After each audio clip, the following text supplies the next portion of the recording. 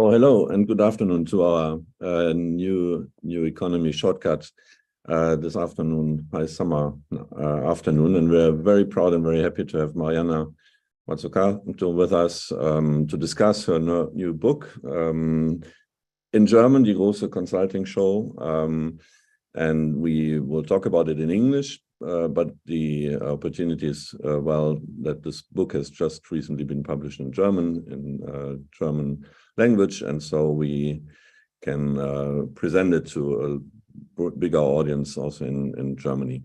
I'm happy that Petra Pinzler from Die Zeit has accepted to moderate and to actively moderate this session as an excellent expert on climate issues, and having followed for many years government politics and ministerial politics in Berlin, so to say that she's very aware of consultancies like McKinsey's and others helping or trying to help the government, and that's exactly the topic of Mariana's book, if this is something that is good or not so good. So I leave it to you both. Petra, thanks for accepting, Mariana being here, and have a good talk and see you later. Petra. Okay, Thomas, thank you for the kind introduction. You didn't actually introduce Mariana. I think she's quite well known in Germany. She's been all over the place. Professor, author. She has written how many books? I didn't really count them. Mariana. I mean, of commercial kind of the ones that people can actually buy in bookstores as opposed to pay £300 for an academic book. In other words, the rent-seeking publishing company. 4. So, so The Entrepreneurial State, The Value of Everything, Making and Taking Global Economy, Mission Economy, and then The Big Con. The Big Con is the one we're going to talk about today. Yes. And I have the English and the German horror story. Horror picture. It looks like a horror movie with blood. So yeah. I think the content might not be bloody, but it's kind of juicy, I'd say. So basically, how did you come up with this subject? Sure. So maybe, I mean, in fact, mentioning those other books is a good starting point, because what I've been writing about now for 30 years is why we need to go beyond the ideology of big state, small state, state versus business, state versus the market, and that we actually need a capable, strategic public sector working with a capable and strategic, purpose-oriented private sector. Also, of course, civil society organizations like trade unions are incredibly important to our future and past economies, but the real problem is that we have not only under-theorized the state, but that the way we have framed it within economics has also led to its capacity being diminished over time.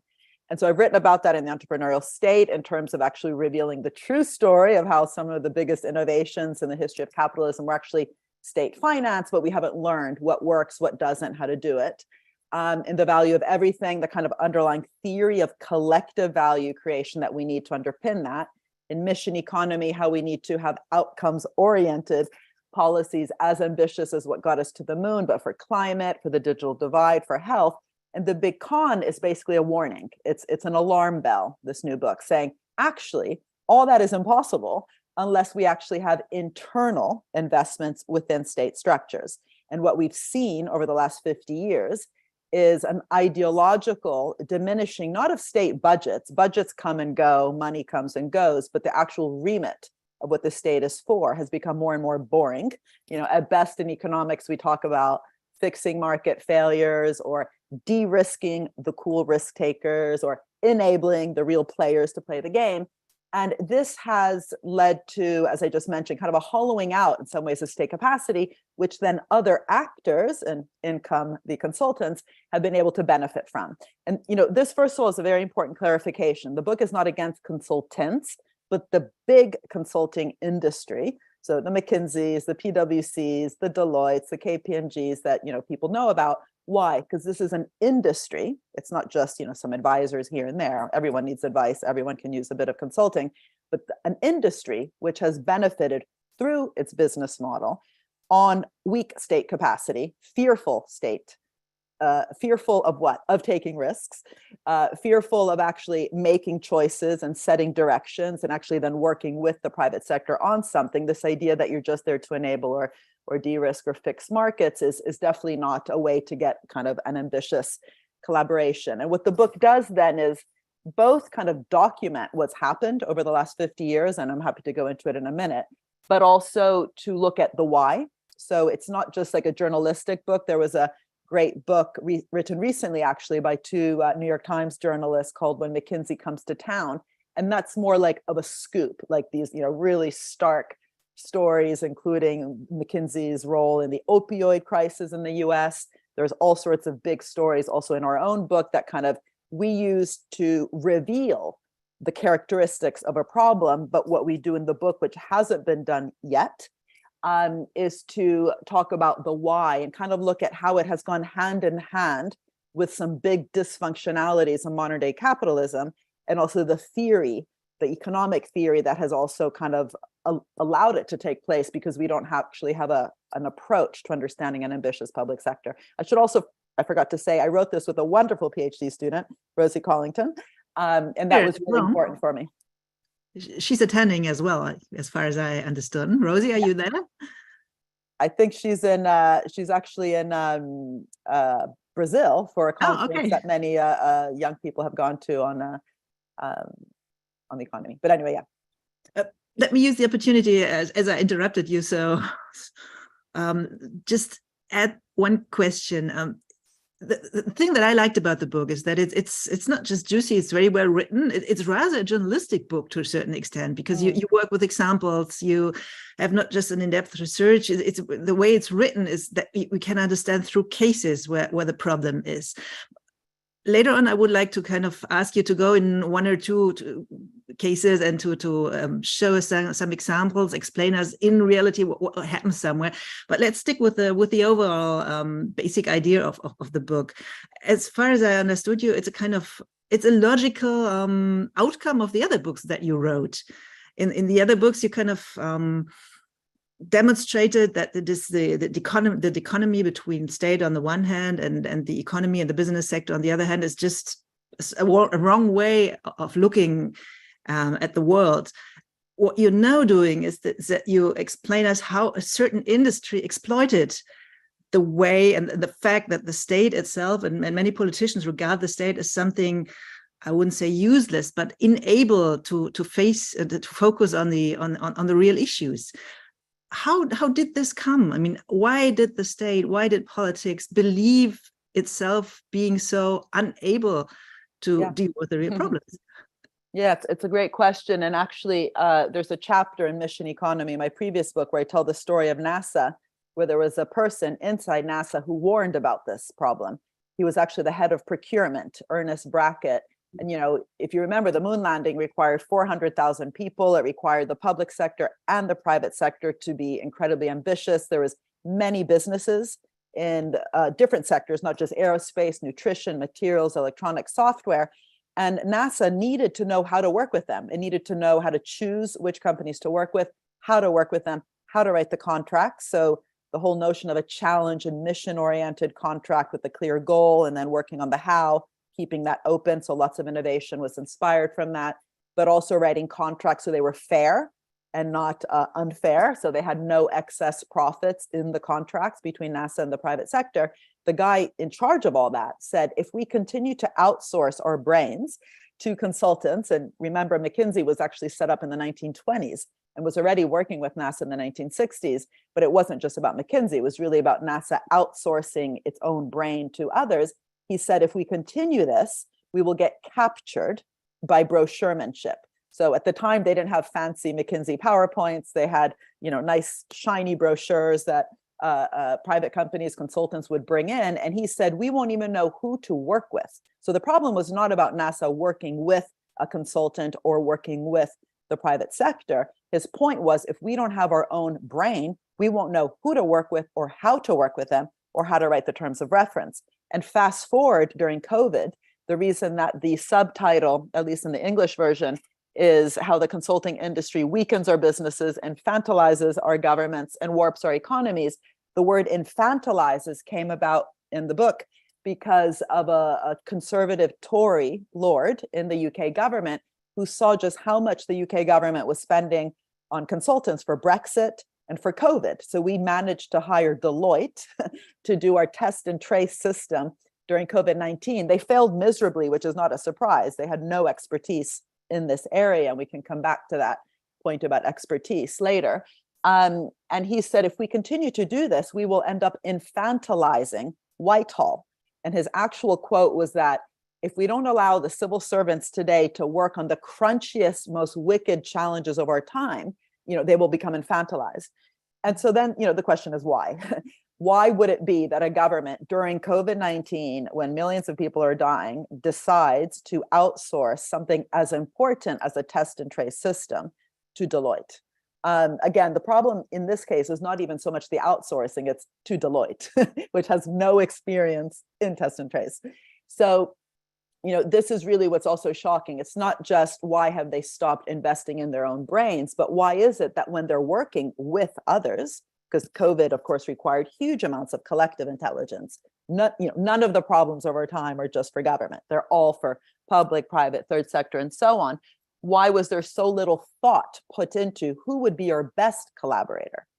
In the UK government, for example, we have GDS, Government Digital Services. It's actually a rare example of actually a very capable government agency, which has received not only investment, but was run by really inspirational leaders of the digital area. In fact, two of these people teach on my program at the Institute. Mike Bracken is one of them. But also, for example, in Australia, when they decided to pay 6 million Australian dollars to McKinsey to do the climate strategy, which also failed. It was in all the papers how the modeling was very faulty. The problem is not that McKinsey made a mistake. We can all make mistakes. It's again, why did the Australian government not also use its own capacity within one of its organizations, which is very well known? It's called CSIRO. It's basically an innovation agency on climate and other challenges, to work with them. Or what's the answer to the why? Let me just read out one of the sentences that I found very interesting in your book. The more governments and business outsource, the less they know how to do, causing organizations to become hollow out, stuck in time, and unable to evolve. Is it that the more the state retracts, the less it's able to decide what it can do, what should be outsourced, where it is good at, which organization to choose? What is the development here? Yes. So that's the effect, right? That's exactly that infantilization point. It's the point we make throughout the book about learning by doing. If you stop doing and you're just kind of at best enabling someone else to do the doing, at worst, just completely outsourcing your own brain so you don't even know how to enable, let alone do, then that learning by doing, the trial and error falls, and that's why you get infantilized. By the way, in the business community, this was a big issue in the management literature. There was all sorts of articles that when business outsources too much and doesn't actually do, it loses what management scholars called absorptive capacity. In other words, businesses won't even understand, their landscape, future technological and market opportunities. The example at the time, I remember I was doing my PhD, was Dell computers, because they ended up just being an assembling machine. They started to do very little research and development compared to some of their competitors. And the management gurus were saying, this is terrible. For now, that might work, just packaging things up, but in 10, 20 years, they will not be a key player because they won't even understand the landscape, right? So really the question is, why don't we think about this for the public sector? But the question of why, because what we just talked about was the net effect, which is you get infantilized. The why is really important. And I go back to my previous point about ideology, right? So if you think of the whole Thatcherite and Reaganite period, which we could, in a very simplistic way, because we don't have much time today, talk about as kind of this free market ideology, which talked about, yes, the state can do some things, but then get out of the way for value creation. Basically you should just stick to the rules of the game, invest in some basic infrastructure, a bit of education, motorways, hospitals, but then let value be created by, the creative wealth creators, and the state should step out of the way. And both Thatcher and Reagan had wonderful quotes about that, which, have been made fun of in some ways by people because they were just such stark kind of extreme believers in that.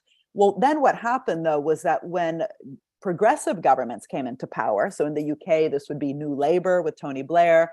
In the United States, this would be Bill Clinton. And you in Germany, of course, have had your own kind of social democratic version of this. If you then say, no, hold on, Reagan and Thatcher are wrong, we need the state, but you don't actually have a theory of the state as doing anything more than fixing markets, and there's no real sense of public purpose or public value, to big words that I've been working a lot on, then the risk is you just bring in an idea of the state as having also to show that it's as efficient as the private sector. So cost benefit analysis, net present value calculations, or market fixing thinking becomes an open door for consultants who've done this within the private sector to think that they can just kind of almost copy and paste different types of metrics within the public sector. Let me play the devil's advocate. Yes. Why is it wrong that the idea to look at government as something that has to be efficient? Yes, absolutely. Okay. Yeah. So we definitely need efficiency everywhere. I need efficiency in my family, in my household. Otherwise, nothing would get done. The problem is not efficiency, is how do you measure that? So let me just give you an example. Coming back to the moon landing, the mission was getting to the moon and back, right, in a short amount of time. But what actually happened along the way was that there was lots of different homework problems that had to be solved. And it's that which actually got us economic growth. So we ended up having these amazing dynamic spillovers across the economy, which got us camera phones, foil blankets, baby formula, software. So that already opens our eyes. It means, hold on, whereas for the private sector, you want to be investing in something that also gets sold and makes profit, and you can measure efficiency based on the input and output of that process. In the case of the public sector, what you also want to make sure is that these public investments create the most kind of economy-wide value creation as possible. So, for example, a treasury needs to have some sort of metric, and this is about dynamic efficiency, not static efficiency, that really captures all those dynamic spillovers. So there's lots of questions like that that are really important, which governments should be asking themselves. Or, a study I just did with the BBC was on this, because the BBC is a public broadcaster, which actually has a measure of public value, and they measure it in a way that we try to help them improve in terms of breaking it down into individual value. How good is the program? Do people like it? Social value, things like fighting against fake news or getting women's football, soccer, on screens and getting it as popular as men's soccer, but also industry value. How do you also invest in the frontier areas? In the case of the BBC, the iPlayer, which create a new market for business to get crowded into. So already you see that value creation for government is in some ways much more complex, because it's not just about kind of creating goods and services that the world wants to buy, which doesn't mean it's harder than doing it in the business sector, but we have really good kind of management schools, MBA programs. Think of the Harvard Business School's case studies on the private sector. We've never actually done that for the public sector because we didn't think of it as a value creation engine. We just thought of it as an enabler. So part of the reason I set up my institute, which is called the Institute for Innovation and Public Purpose, is to bring that equal kind of ambition in the public sector, learning what works, what doesn't. So the problem with the big con, so an industry, which actually almost has a conflict of interest, because if government becomes more capable, then the consulting industry, the big industry, not just little consultants, because don't forget, nurses consult, teachers consult, academics consult in areas they've worked on maybe for 30 years. But an industry, as it is currently structured, and we look at the corporate governance and everything, which has no incentive to actually make government more capable, because otherwise they won't get the follow-on contracts, but also has been absolutely filled with conflicts of interest, both in terms of lack of transparency and accountability, but also working on both the advising and the delivery of the thing that they've advised on, like the test and trace example, but also being on both sides of the street. So in South Africa, working both with Eskom, the state-owned enterprise of South Africa for energy, and the Treasury, which is supposed to be regulating Eskom. So this drive to get more and more contracts has also led them to be incredibly unaccountable. So I should say that the important thing in the book is we're not just criticizing the sector. The last chapter looks at what should be done, and I've already alluded to what should be done. We should let's stop here for a second before we come to the answer. What should be done? Let's stick for a second looking into this industry, I was really struck by the mere number that it's $900 billion that this industry is making. It's a huge amount of money. Yeah. So yeah, it's almost $1 trillion. Mm-hmm. Yeah. When you looked into the different cases and you looked into the different markets and countries, you were making the argument in some countries they are better off than in others. And what I found interesting when I went through the manuscript and typed in Germany doesn't appear that often. Are we better off in Germany than other countries? No. Oh, okay. And, the world is large. So I think what we actually should do now on the back of the book is actually make a database of all the different cases and make sure we look at kind of the world, the global south, the global north, different regions, and maybe also at why it is that in some parts of the world, things are perhaps not as bad. And one good thing about Germany, I must say, is there's been a recent decision to actually almost have an in-house consultancy. Right about it. Yeah, which is interesting because it means also that the costs are capped. So the ability to actually seek massive rents from it are smaller. It's also much more accountable, but also most importantly, it represents an inward investment in some ways within the state structure. And it's sort of a hand's length away from government, but I would argue it's similar to having what some countries have are like gov labs. In Chile, they have a laboratorio de gobierno, which is like a safe place within government to test out kind of really cool new practices like outcomes-oriented procurement. But I actually think the problem is just very bad everywhere. So the book is not for any one particular region. Of course, that von der Leyen herself, when she was in the German government, admitted that there was big mistakes in contracting because this was a big story back. It came out especially in 2020. Just the story of how many lucrative contracts from the defense ministry were given to consultants without proper oversight.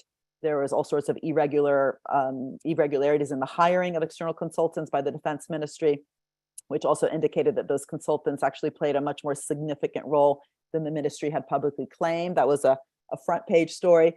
But there was also Accenture's earnings, from work with the German armed forces that rose from I think it was 500,000 in 2014 to about 20 million in 2018. But again, if they're actually adding value, and if the government, in this case the defense ministry, is becoming more capable over time, so it doesn't need that consulting at the end of the game, then one could argue, so what? And that's the problem, that often there's very little value.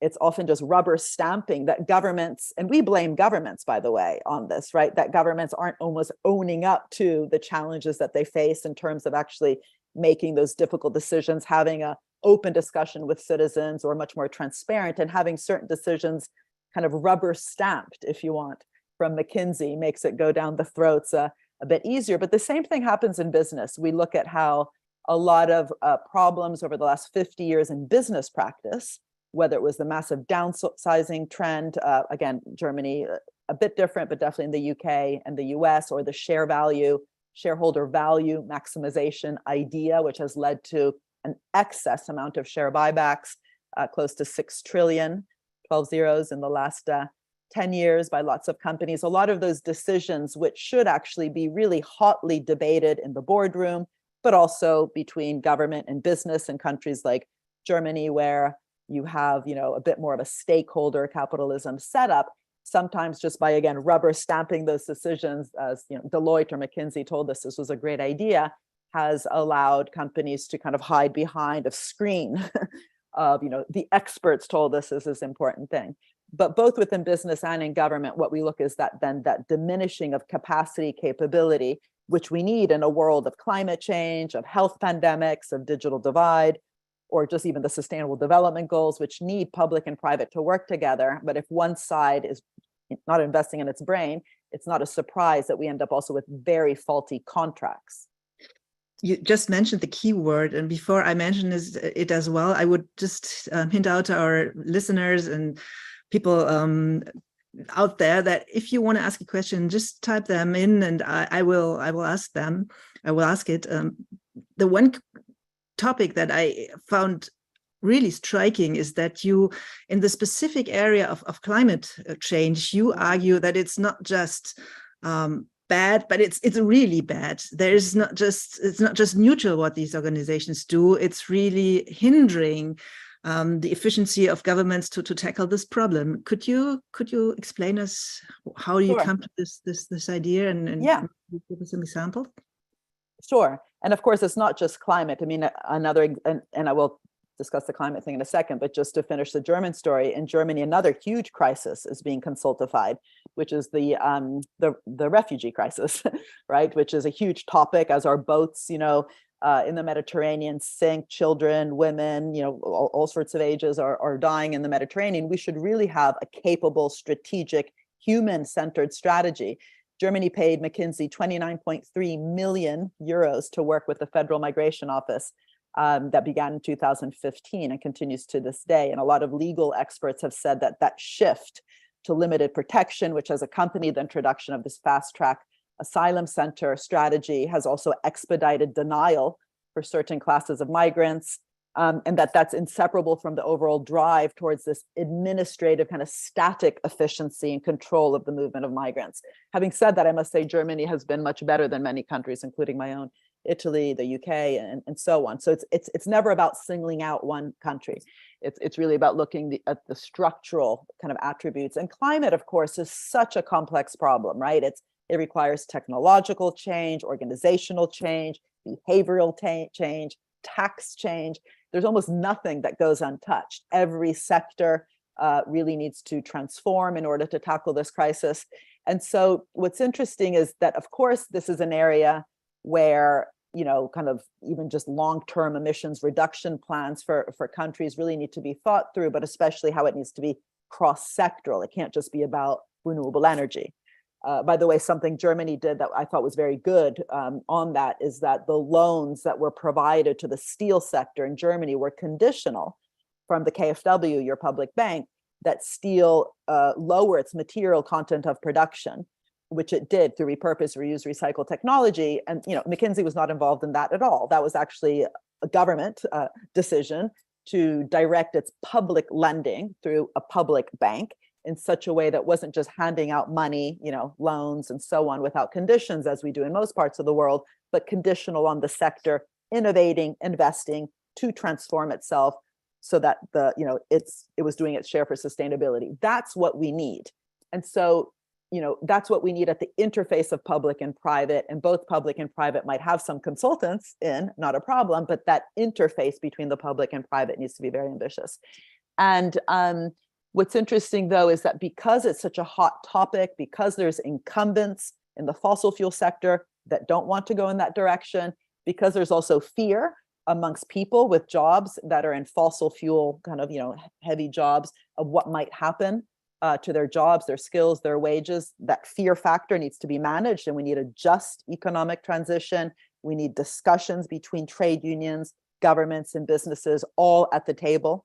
Also citizen groups, the green movement, which again in Germany has been absolutely important over the last decades. That's what we should be thinking about. How do we bring those different voices to the table? How do we negotiate? How do we make sure that everyone has not only a say, but a real voice at the table to even, direct what I call mission-oriented policies? And so this is where it becomes very dangerous if we see, for example, what happened in Australia, where in 2021, McKinsey was contracted, as I mentioned, to do their emissions reduction program. And not only were they paid $6 million, but also they came out with an incredibly simplistic idea that the transition to net zero by 2050 would actually cost Australia some crazy amount of money, over 275 trillion over the next 30 years. And the problem is that the models that McKinsey used assumed no increase in clean energy use. So they vastly underestimated the growth of solar and wind energy consumption and overestimated the cost of its deployment. Also, secondly, and this is huge, conflicts of interest. I already mentioned them before. So at the same time that they were earning 6 million from the government, they were advising literally at the same time 43 of the 100 biggest polluters in Australia.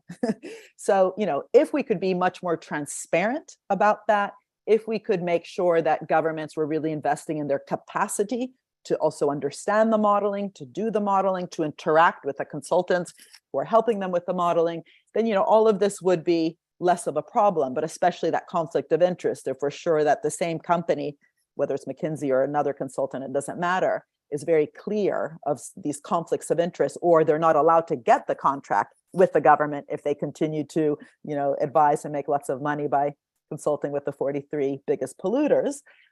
You know, again, this would all be a different story. So this is why, as I mentioned at the end of the book, we really go into the how to do this differently. There's one more question I would like to ask, and then I would like to come to some of the questions that are already coming in from the audience. You especially mentioned, or you even quote a former BlackRock employee who is arguing that one of the problems with the consultancy industry is that it uses things like the ESG to kind of water down what governments want from companies in terms of getting better on climate targets. Could you explain that? It sounds rather complicated, but I think it's a key issue. Yes, and in fact, that's what we mean by saying, there's one chapter where we say that the history of consulting has been the history of capitalism.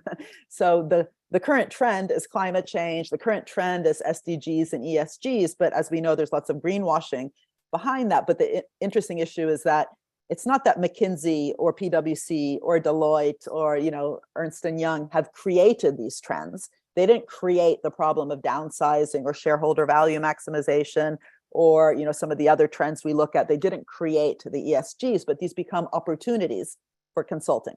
And so as long as the value that they're bringing to the table, the expertise, right? There's people who've studied corporate governance for 30 years. They really thought about how do we change it? You know, what does stakeholder value really mean?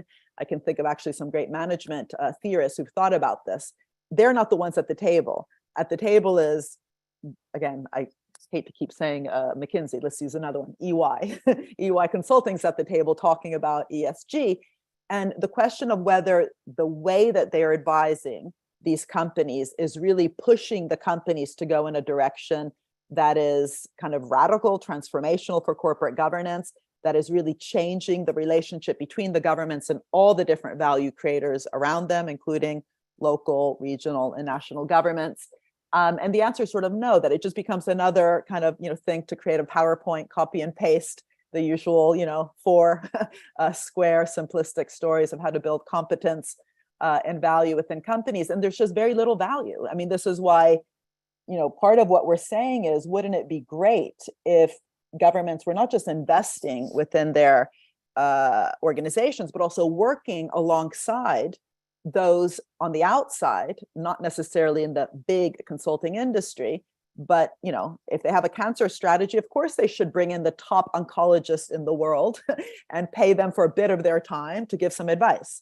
We're not pretending that governments should be doing this on their own. If you look at the kind of advice that's come in around ESG and climate, like the one I just mentioned with McKinsey and the climate modeling, it's simply hard to argue that this is state of the art. You know, in Germany, you have the Potsdam Institute. I work very closely with Johann Rockstrom.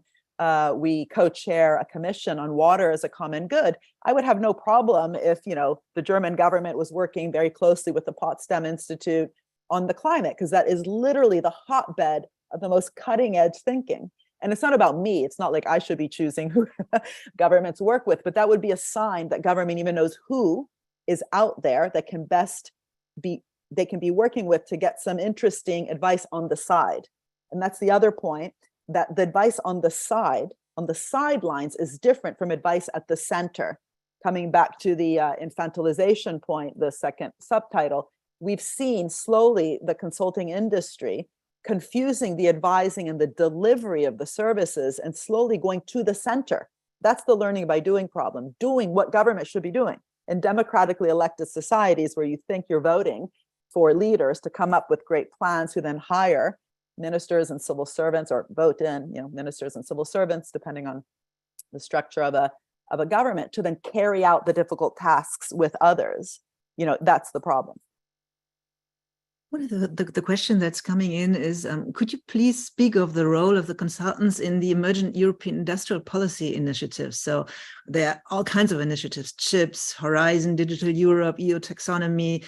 We don't have to go into them. But how is the consultancy industry? They're also part of the watering down of initiatives, of the watering down of ambitions, or is it to?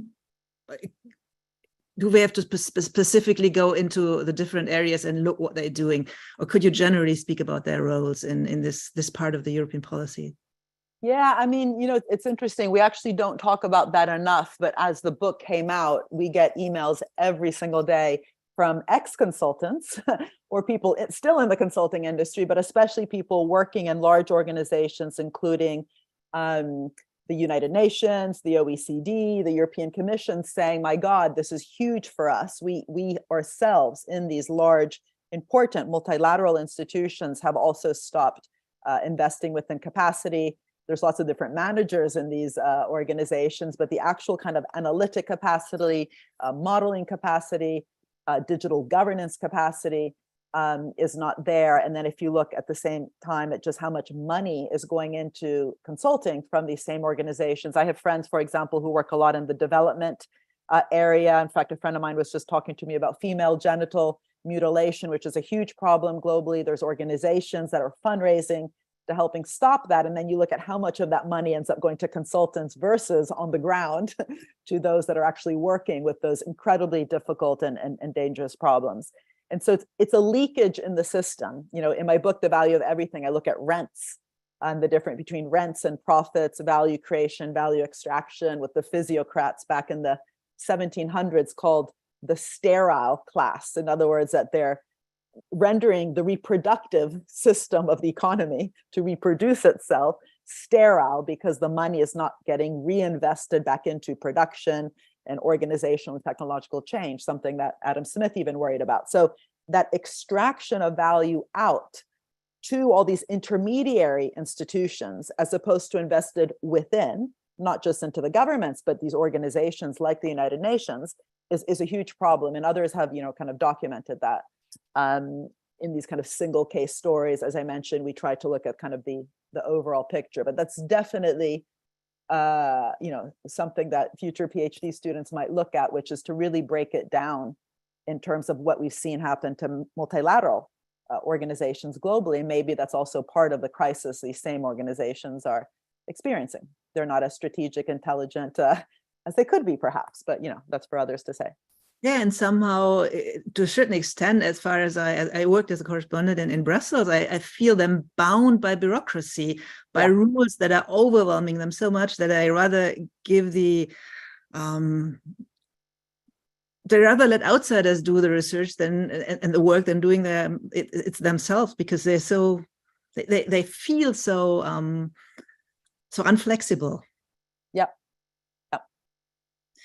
Yeah, absolutely. And again, sometimes we roll our eyes, again, as an Italian, believe me, I'm not there to defend the state in any way.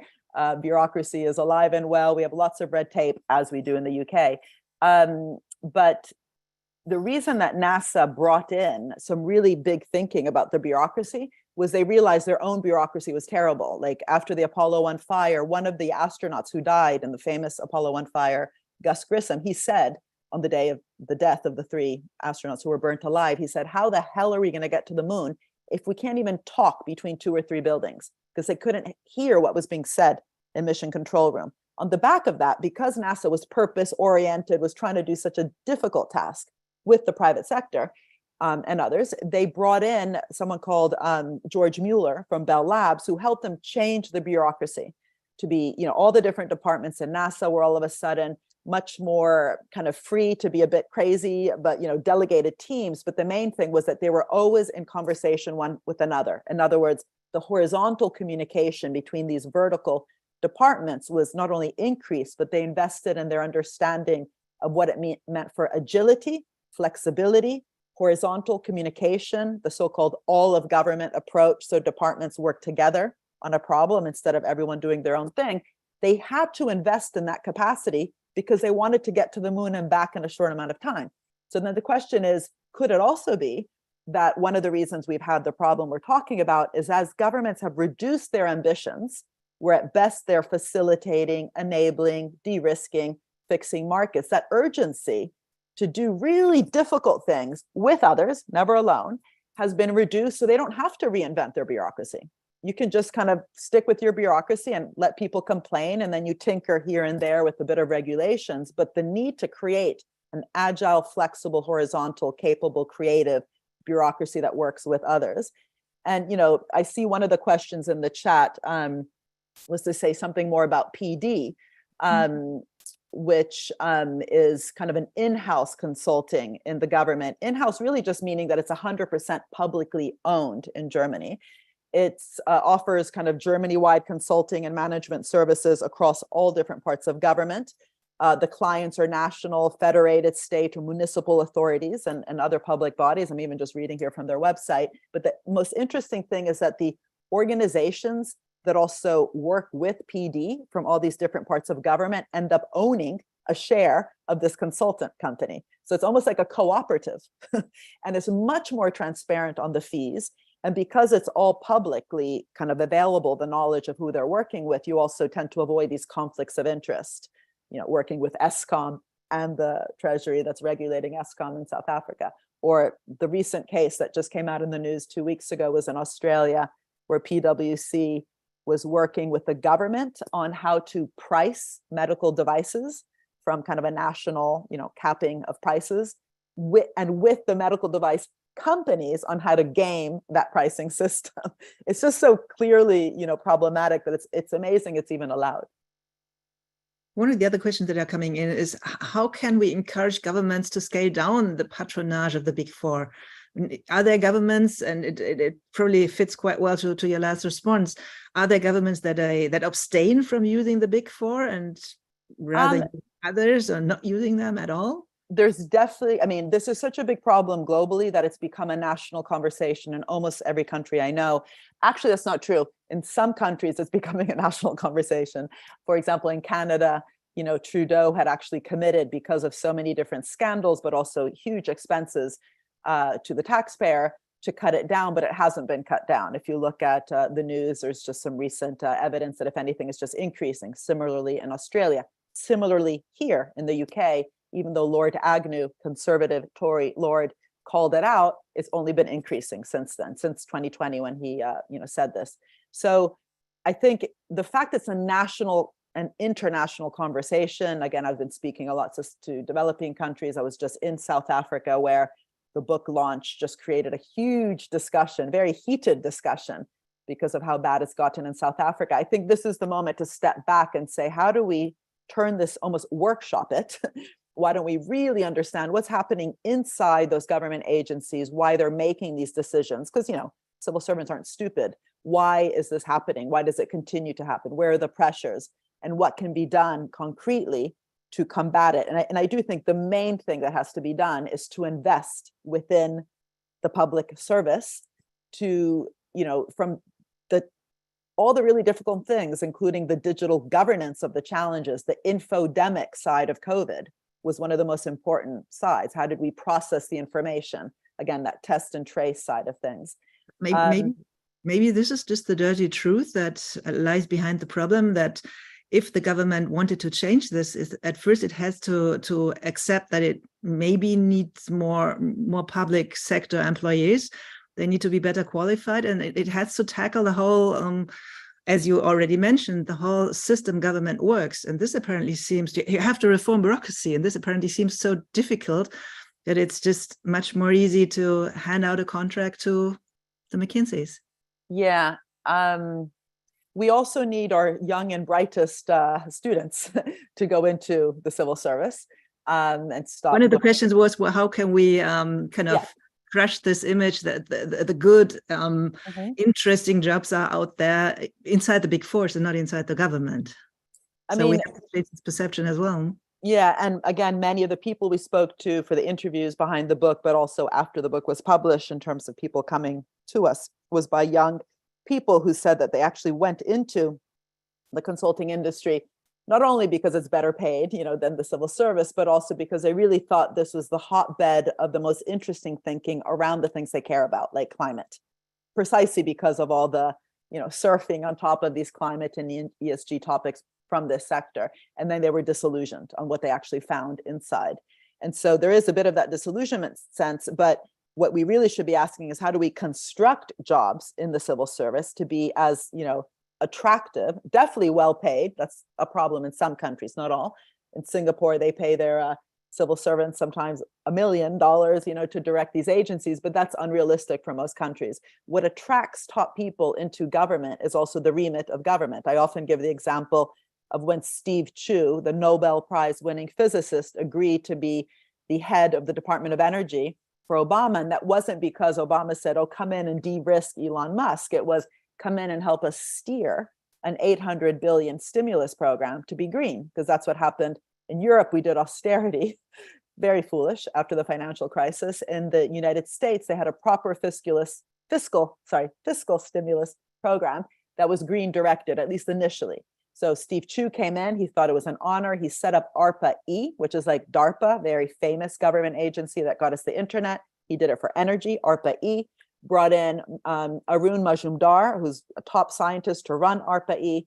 They gave out all sorts of, loans to particular types of companies, guaranteed loans that they thought were going to be the wave of green investments in the US. One of these was Tesla.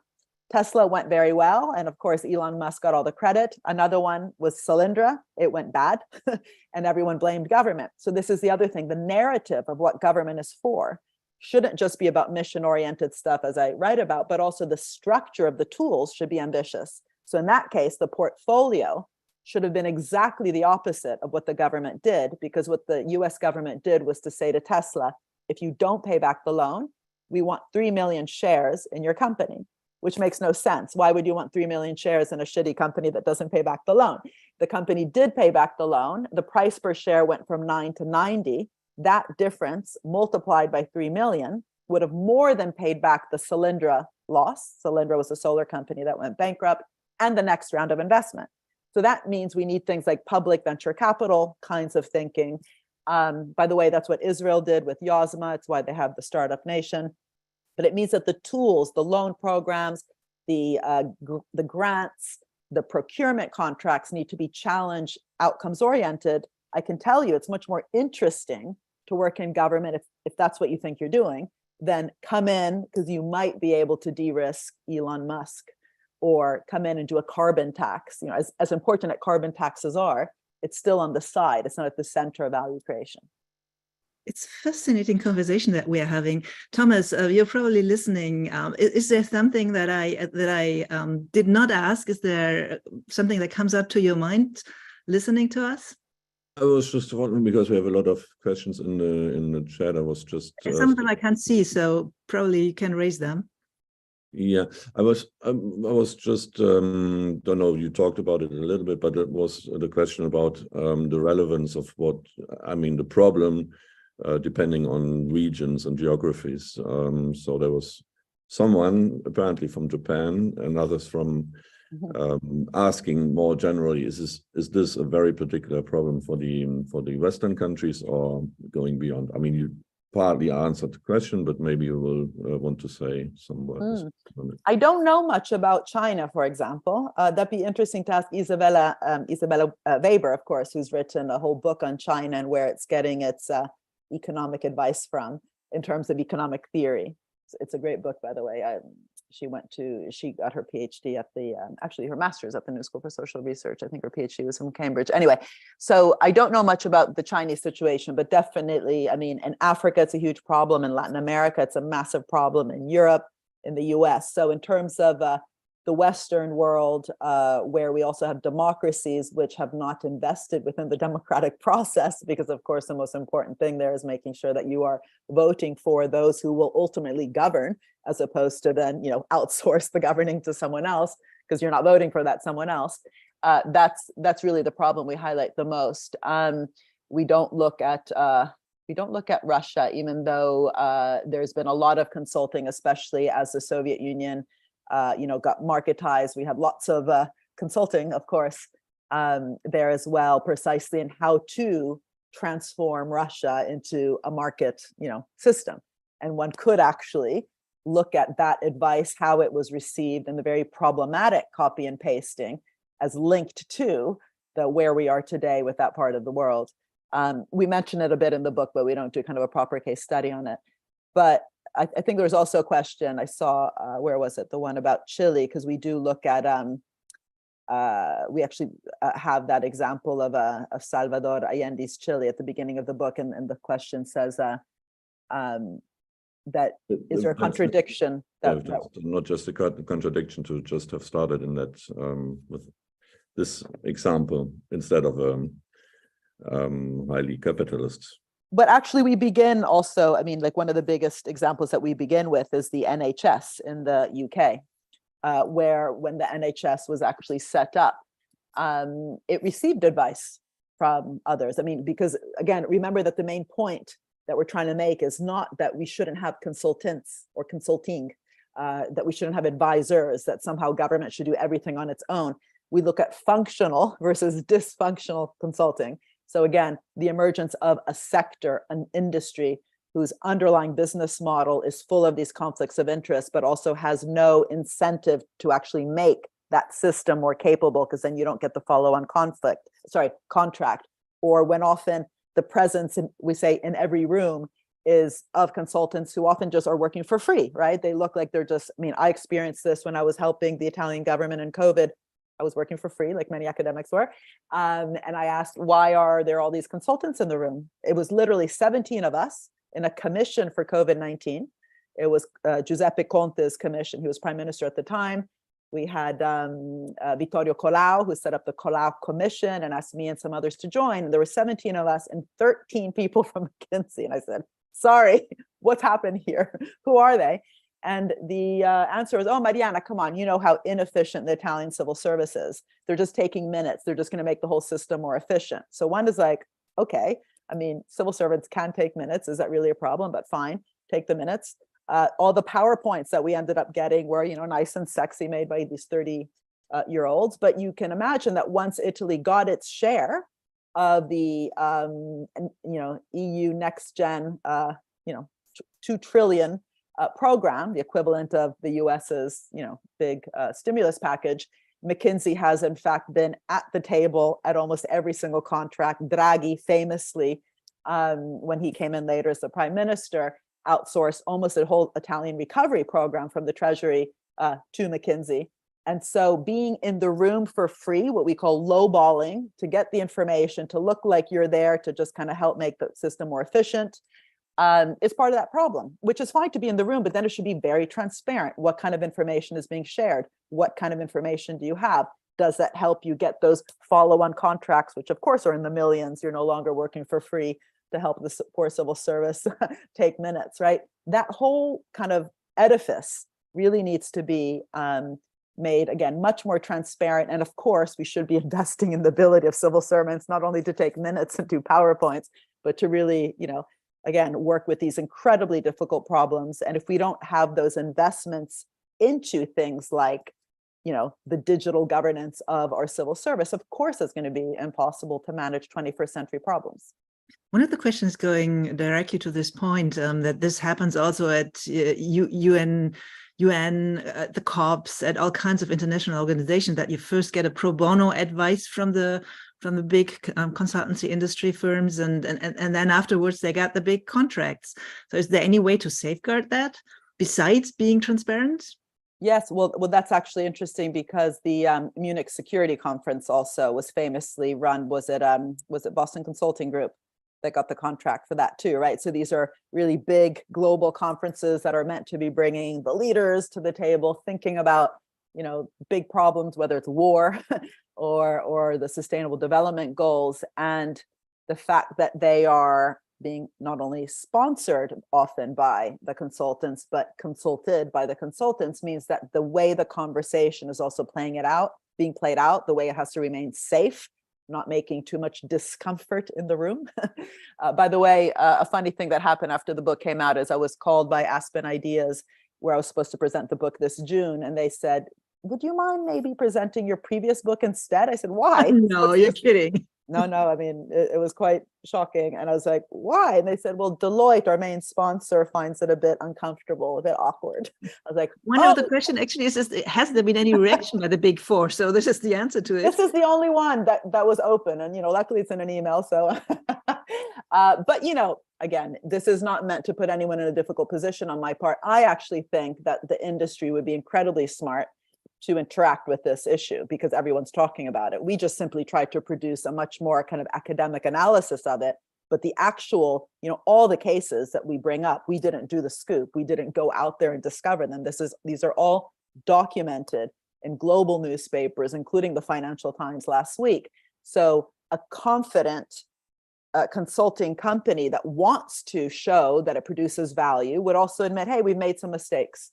And let's do this better. And it's not about just talking to us. There's others, I'm sure, who have great ideas. But in terms of us, I would have expected, especially the big ones who have, the leverage, the money to waste a bit on this topic, to be wanting to talk to us more. Instead, we ended up with, I can tell you, really interesting consulting companies that are very well known, very good in terms of also who they hire. Like they hire by good, I mean, they're hiring some of that top talent from the Ivy Leagues and so on, like the Big Four, but they see themselves as actually kind of much more focused on topics. So Systemic by Oppenheim, we had Volans by John Elkington, we had Arup, the very large Arup, I don't know how to pronounce it, ARUP, the very large kind of construction and architecture consulting, who all came to us, tried to do book talks with us, bought the book for all their staff. Arup did that, as did Volans, because they said, this is the moment for us to change. And they, of course, weren't even the main ones that we were, talking about. And yet, of course, those problems are also there for them. And they saw it as an opportunity for a discussion. You can imagine that, for universities, if they were under fire, you would expect universities to look within to understand how they can change the way that universities are structured. And, there's big discussions globally about universities. So a confident, well-meaning actor tends to take critique as an opportunity for self-reflection. And if that doesn't happen, you sometimes have to wonder, why? So let's see how the reaction towards your book will be in Germany. Will that also be the big silence, or whether we'll have some kind of interesting debates? Thomas, did I forget anything? Did I not mention anything? I think we could certainly discuss a lot more on all the issues, but this was, I think, a very exciting and very helpful and to the point discussion, and your questions were excellent. Because Mariana, you said at the beginning that this cover, and I'll show it again for you, is about like a little bloody one. And I was wondering, where does this come from? And I will show you where it comes from. Yeah, exactly. It looks like the Rocky Horror Show. That was probably the historical reference to it. I don't want to go into detail on that, but we didn't so like if it. you look and want to buy the book, don't the right one. But we actually pushed back on the cover, and I think it's great that covers are different, so we didn't mind. In the end, we said absolutely fine, publish it, like this. But the reason we didn't like it is because it looks like that it's all against the consultants, like they're terrible, they're bloody, they're the devil, they're evil. It's not the message in the book. It really is about how have we ended up with a system that is so problematic, that is not incentivized, that governments are not making those courageous strategic decisions to invest within their capacity. It will even save them money in the future, right? Because you'll be better at what you're doing by actually not having to pay all these other intermediaries. But especially, again, working with others in strategic ways, big problem, but also businesses, we blame them for not owning up to their decisions. It's very convenient to have a decision rubber stamped, as Deloitte told us to do this, so that no one bothers you.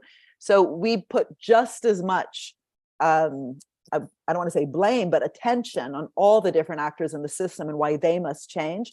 And this makes it look like we're just saying the bloody consultants, it's all their fault, which would be a very easy scapegoat and would basically produce no change.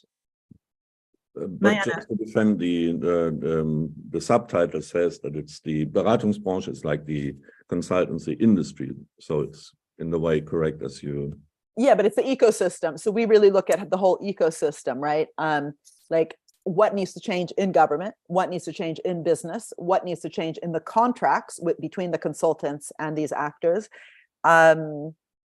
Even the, I mean, this is funny talking about the title, my publishers won't be happy, but even the English title, How the Consulting Industry Weakens Our Business, Infantilizes Our Governments, and Warps Our Economies, we said, it just became too much of a mouthful. We said, be careful. We're not actually saying it's the consulting industry that weakens business or infantilizes government. It's the relationship between the consulting industry and governments. And a lot of that is the relationship that government has accepted to be in, just like, you know, in a couple, a marriage, it's not ever one's own fault, right? There's always a problematic ecosystem, right? In this case. And I've often, in my other work, I often say we should have better metrics for distinguishing a mutualistic, symbiotic ecosystem from a parasitic ecosystem, a predator-prey ecosystem. And a biologist has the ability to do that. They do that using biological, you know, mathematics, biological analysis. In economics, we've bought into, you know, Newtonian physics as the only mathematics that we know how to work with, you know, unique equilibria, the average matters, and even the mathematics that we use. This is sort of a separate topic, but it's not necessarily the kind of math or the analogies that we need to look at ecosystems and how we work together in better ways. And my new book that I'm starting to write on the common good is all about that, how we need collective intelligence embedded in everything we do, and, you know, common good criteria and how we work together. And if not, we're not going to get out of the mess we're in. Mariana, before talking about your next book, I would suggest that the people read this one. It's really not scandalizing the issue, I'd say. It's rather really in-depth and good analysis. I loved reading it. Thank Thomas, you did as well. I think it was a great talk. Thank you. Thank you so much to everyone that organized this and the participants, and to you, Petra, for great questions. Thank you, Petra, and thank you, Mariana. Have a good afternoon. Thank you so much. Bye.